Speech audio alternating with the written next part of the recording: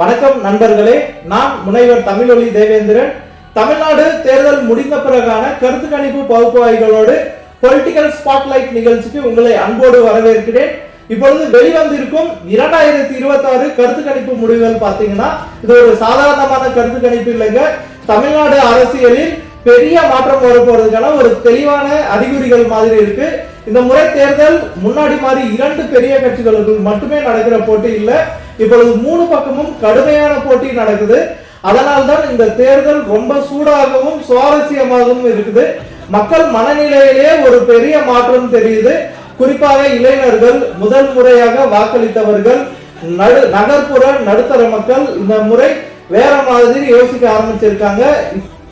இப்போ மாற்றம் வேணுமா, புதிய அரசியல் சக்திக்கு ஒரு வாய்ப்பு கொடுக்கலாமா அப்படின்னு திறந்த மனதோடு கேள்வி கேட்க ஆரம்பிச்சிருக்காங்க. அப்படின்னா இந்த கருத்து கணிப்பு என்ன சொல்றது, யார் முன்னிலையில் இருக்காங்க, யாருக்கு சவால் அதிகமாக இருக்கும், இந்த தேர்தல் உண்மையிலேயே நிலைமையை மாற்ற போவது யாரு, இந்த எல்லாத்தையும் நாம இப்போ படிப்படியாக தெளிவாக பார்க்க போகிறோம்.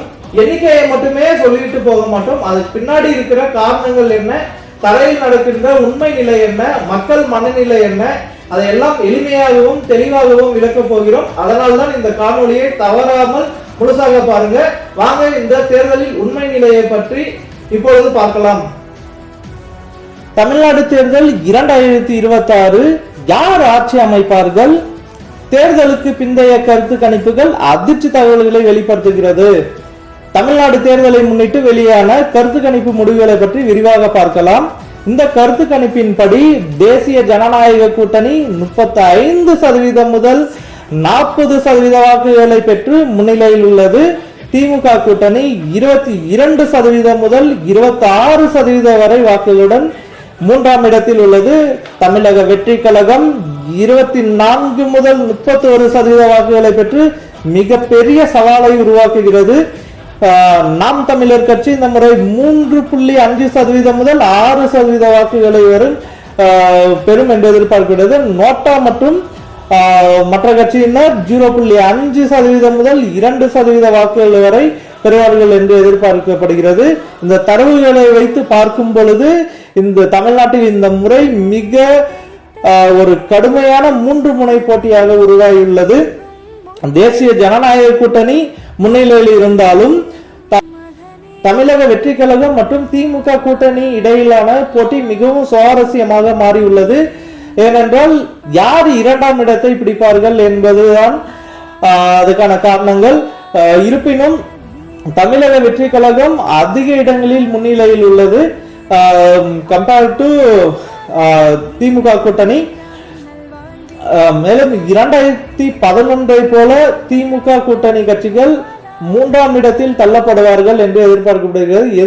அடுத்ததாக தமிழக வெற்றி கழகம் கட்சி இந்த கணிப்பில் உள்ள அனைத்து தரவுகளையும் ஆழமாக பார்த்தால் இது ஒரு சாதாரணமான முன்னறிவிப்பு அல்ல, தமிழக அரசியலில் ஒரு மிகப்பெரிய மாற்றத்திற்கான அறிகுறியாக தெரிகிறது.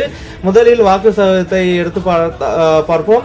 ஒரு புதிய அரசியல் சக்தி 24% முதல் 31% ஆதரவு பெறும் என கூறப்படுவது இது சாதாரண விஷயம் அல்ல, மிகப்பெரிய விஷயம். இது அந்த இயக்கத்தின் ஒரு சாதாரணமான போட்டியாளர் அல்ல, நேரடியாக தேர்தல் முடிவை பாதிக்கும் அளவு வளர்ந்துவிட்டது என்பதை காட்டுகிறது. அடுத்ததாக வாக்காளர்கள் மனநிலையை பார்ப்போம். இங்கே மிக முக்கியமாக மாற்றம் இளைஞர்களிடமிருந்து வருகிறது. இந்த இளம் தலைமுறை மாற்றத்தை, புதிய அரசியலையும் விரும்புகின்றன. அதே நேரத்தில் முதல் முறை வாக்களிக்க வருபவர்களும் பழைய கட்சிகளை விட புதிய தேர்வுகளை நோக்கி நகர்ந்திருக்கிறார்கள். நிலையான ஆதரவு இல்லாத வாக்காளர்கள், அதாவது எப்பொழுதும் ஒரு கட்சியை மட்டும் ஆதரிக்காதவர்கள் இந்த தேர்தலில் முக்கிய பங்கு வகிக்கிறார்கள். இவர்கள் மாற்றத்தை நோக்கி நகர்ந்தால் தேர்தல் முடிவே மாறிவிடும். பெண்கள், நடுத்தர வர்க்கம், கல்வியறிவு பெற்ற மக்கள் ஆகியோரிடம் ஆதரவு அதிகரித்து வந்திருக்கிறது. இது ஒரு பகுதி மட்டுமல்லாமல் பல சமூக அடுக்குகளில் இந்த மாற்றம் பரவி வருகிறது என்பதை காட்டுகிறது. பிரச்சார முறையை பார்த்தால் இது ஒரு பாரம்பரிய அரசியலை தாண்டி நவீன முறையில் நடைபெற்று இருந்திருக்கிறது. சமூக ஊடகங்கள், இணையதளங்கள், தன்னார்வலர்கள், தரைமற்ற செயல்பாடுகள் இவை அனைத்தும் இணைந்து ஒரே செய்தியை மக்களிடம் கொண்டு சென்றிருக்கிறார்கள். தற்போது ஆட்சிக்கு எதிரான மனநிலை, அதாவது மாற்றத்திற்கான விருப்பம், இந்த வளர்ச்சி முக்கியமாக காரணமாக உள்ளது. மக்களின் புதிய பாதையை தேடி இருக்கிறார்கள். தேர்தல் தாக்கத்தை பார்க்கும் பொழுது பல தொகுதிகளில் இந்த தமிழக வெற்றிகளும் மிகப்பெரிய தாக்கத்தை செலுத்தக்கூடும் என கூறப்படுகிறது. இதனால் யார் ஆட்சி அமைக்க வேண்டும் என்பதை தீர்மானிக்க முக்கிய நிலைக்கு இது வரலாம். அதாவது தனியாக ஆட்சி அமைக்காமல் இருந்தாலும் ஆட்சியை அமைக்க வேண்டிய ஆதரவை வழங்கும் சக்தியாக மாறும் வாய்ப்புள்ளது. இந்த வளர்ச்சி பின்னணியில் புதிய தலைமுறை வாக்காளர்கள் வெளிப்படைத்தன்மை, மக்களை மையமாக கொண்ட அணுகுமுறை ஆகியுள்ளன. மக்கள் இப்பொழுது நேர்மை மற்றும் தெளிவான ஒரு அரசியல் பாதையை எதிர்பார்க்கிறார்கள் என்பது இந்த தேர்தல் கணிப்பு முடிவில் தெளிவாக தெரிகிறது. நாம் தமிழர் கட்சி இந்த கருத்து கணிப்பின்படி நாம் தமிழர் கட்சியினுடைய வாக்கு சதவீதம் சுமார் 3.5% முதல் 6% வரை இருக்கும் என மதிப்பிடப்பட்டுள்ளது.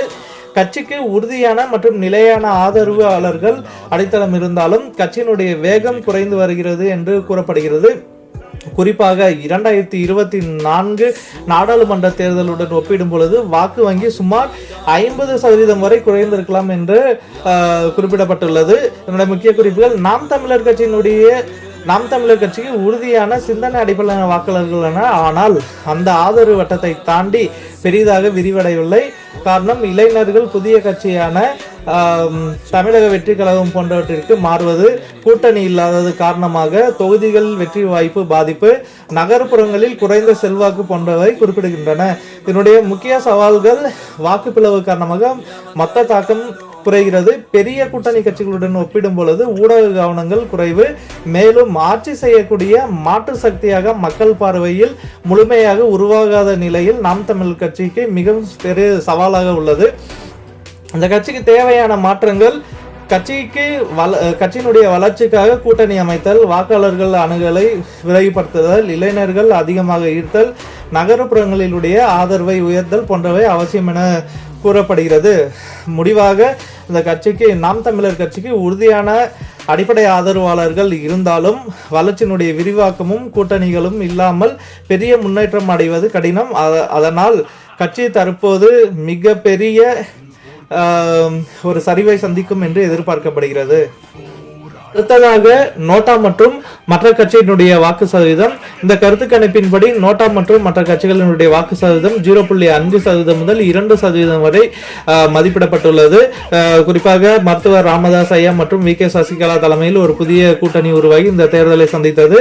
அதேபோல் தமிழக வாழ்வுரிமை கட்சி வேல்முருகன் மற்றும் புதிய தமிழகம் கட்சி கிருஷ்ணசாமி ஆகிய இருவரும் தேர்தலை சந்தித்தனர். இந்த 4 கட்சிகளும் தமிழகத்தில் வட மற்றும் தென் பகுதிகளில் ஒரு அளவில் கணிசமான வாக்கு சதவீதத்தை பெறக்கூடிய சூழ்நிலை காணப்படுகிறது.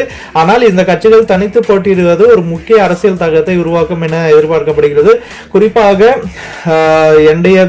தேசிய ஜனநாயக கூட்டணிக்கு குறைந்த அளவு பாதிப்பை மட்டும் ஏற்படுத்தும் நிலையில் திமுக கூட்டணிக்கு அதிக வாக்கு இழப்பு ஏற்படுத்தக்கூடும் என அரசியல் ஆய்வாளர்கள் கருதுகின்றனர். இதனால் இந்த அதர் பார்ட்டிஸ் வாக்குகள் ஈவன் சிறிய சதவீதமாக இருந்தாலும் இறுதி தேர்தல் முடிவில் ஒரு முக்கியமான மாற்றத்தை ஏற்படுத்தும் சக்தி கொண்டவையாக இருக்கிறது. முக்கிய அறிவிப்பு: இந்த கருத்து கணிப்பு ஒரு அரசியல் ஆய்வு மட்டுமே. இது இறுதி தேர்தல் முடிவாக கருதப்படக்கூடாது. மக்களின் இறுதி தீர்ப்பு வாக்கு பெட்டியில் தான் வெளிப்படும். இந்த கருத்து கணிப்பு எப்படி பார்க்கிறீர்கள்? உங்கள் கருத்துக்களை கீழே பகிருங்கள். மேலும் அரசியல் அப்டேட்டுகளுக்கு எங்கள் சேனலை பின்தொடருங்கள். நன்றி, வணக்கம்.